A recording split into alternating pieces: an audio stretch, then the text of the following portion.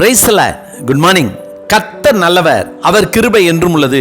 ஆதியாகமம் 35ஆம் அதிகாரம் 5ஆம் வசனம். யாக்கோபையும் அவனை சுற்றிலும் இருந்த பட்டணத்தாருக்கு தேவனாலே பயங்கரம் உண்டானதினால் அவர்கள் யாக்கோபின் குமாரரை பின் தொடராமல் இருந்தார்கள். ஆதியாகமம் 35ஆம் அதிகாரம் 5ஆம் வசனம்.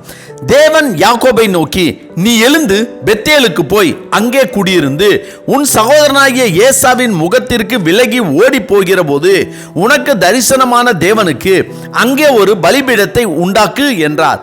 அப்போது யாக்கோபு தன் வீட்டாரையும் தன்னோடு கூட இருந்த மற்ற அனைவரையும் நோக்கி, உங்களிடத்தில் இருக்கிற அந்நிய தெய்வங்களை விலக்கி போட்டு உங்களை சுத்தம் பண்ணிக்கொண்டு உங்கள் வஸ்திரங்களை மாற்றுங்கள். நாம் எழுந்து பெத்தேலுக்கு போவோம், வாருங்கள். எனக்கு ஆபத்து நேரிட்ட நாளில் என் விண்ணப்பத்துக்கு உத்தரவு அருளச் செய்து நான் நடந்து வந்த வழியிலே என்னோடு கூட இருந்த தேவனுக்கு அங்கே ஒரு பலிபீடத்தை உண்டாக்குவேன் என்றான். அப்பொழுது அவர்கள் தங்கள் கையில் இருந்த எல்லா அந்நிய தெய்வங்களையும் தங்கள் காதணிகளையும் யாக்கோபினிடத்தில் கொடுத்தார்கள். யாக்கோபு அவைகளை சீகேம் ஊர் அருகே இருந்த ஒரு கர்வாலி மரத்தின் கீழே புதைத்து போட்டான். பின்பு பிரயாணம் புறப்பட்டார்கள். அவர்களை சுற்றிலும் இருந்த பட்டணத்தாருக்கு தேவனாலே பயங்கரம் உண்டானதினால் அவர்கள் யாக்கோபின் குமாரரை பின்தொடராதிருந்தார்கள். கர்த்தருடைய வார்த்தையை பெற்ற யாக்கோபு அதற்கு அப்படியே கீழ்ப்படிய மனது உள்ளவனாய் இருந்தாலும் இந்த வார்த்தைக்கு கீழ்ப்படிந்து நடக்கும் முன்பாக தன்னிடமும் தன் பிள்ளைகளிடமும் இருந்த கர்த்தருக்கு பிரியம் இல்லாத அருவருப்பான காரியங்களை எல்லாம் அகற்றி தன்னை சுத்தம் பண்ணி கொண்டான். அதாவது வார்த்தை கிடைத்தவுடன் ஆசீர்வாதம் கிடைக்கும் முன்பாகவே அதை பெறுவதற்கு, அதை சுதந்திரிப்பதற்கு தன்னை தயார்படுத்தி கொண்டான். யாக்கோபு மட்டுமல்ல, அவனுடைய வீட்டார்கள் அனைவரும் கூட தங்களுடைய வாழ்க்கையில் கர்த்தருக்கு பிரியமில்லாத, அவர் வெறுக்கிற, அவருக்கு அருவருப்பான யாவற்றையும் புதைத்து போட்டார்கள், மறைத்து போட்டார்கள், உடைத்து போட்டார்கள், கைவிட்டார்கள்.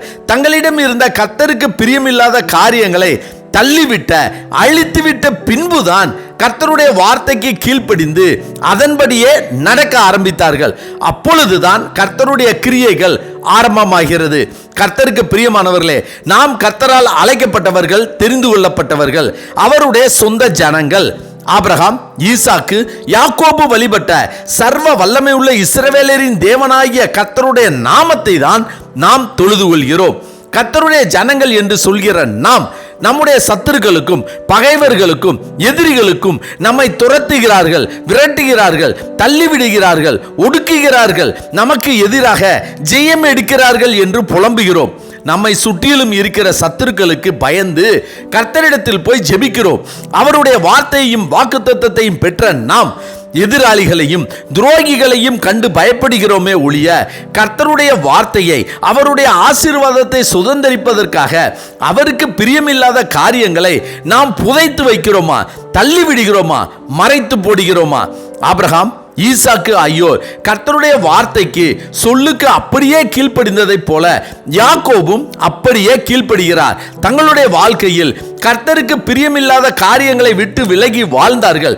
எனவேதான் அவர்கள் கர்த்தரோடு நேரடியாக பேசினார்கள். தரிசனங்கள், சொப்பனங்கள் மூலமாகவும் கர்த்தர் அவர்களோடு பேசினார். கர்த்தருடைய ஜனங்களாகிய நமக்கும் கர்த்தர் இந்த வாக்குத்தத்தத்தை கொடுத்திருக்கிறார். ஆம், மோசே மூலமாக உங்கள் தேவனாகிய கர்த்தரையே சேவிக்க கடவீர்கள். அவர் உன் அப்பத்தையும் உன் தண்ணீரையும் ஆசீர்வதிப்பார். வியாதியை உன்னிலிருந்து விலக்குவேன். உன் ஆயுசு நாட்களை பூரணப்படுத்துவேன். எனக்கு பயப்படும் பயத்தை உனக்கு முன் செல்லும்படி செய்வேன். நீ செல்லும் இடமெங்கும் உள்ள ஜனங்கள் எல்லோரையும் கலங்கடித்து உன் சத்துருக்கள் எல்லோரையும் முதுகு காட்ட பண்ணுவேன். நீ விருத்தி அடைந்து தேசத்தை சுதந்திரித்து கொள்ளும் வரைக்கும் அவர்களை கொஞ்சம் கொஞ்சமாய் உன்னின்று துரத்தி விடுவேன் என்று நமக்கு வாக்கு கொடுத்திருக்கிறார். யாத்திராகமம் 23ஆம் அதிகாரத்தை வாசித்து பாருங்கள்.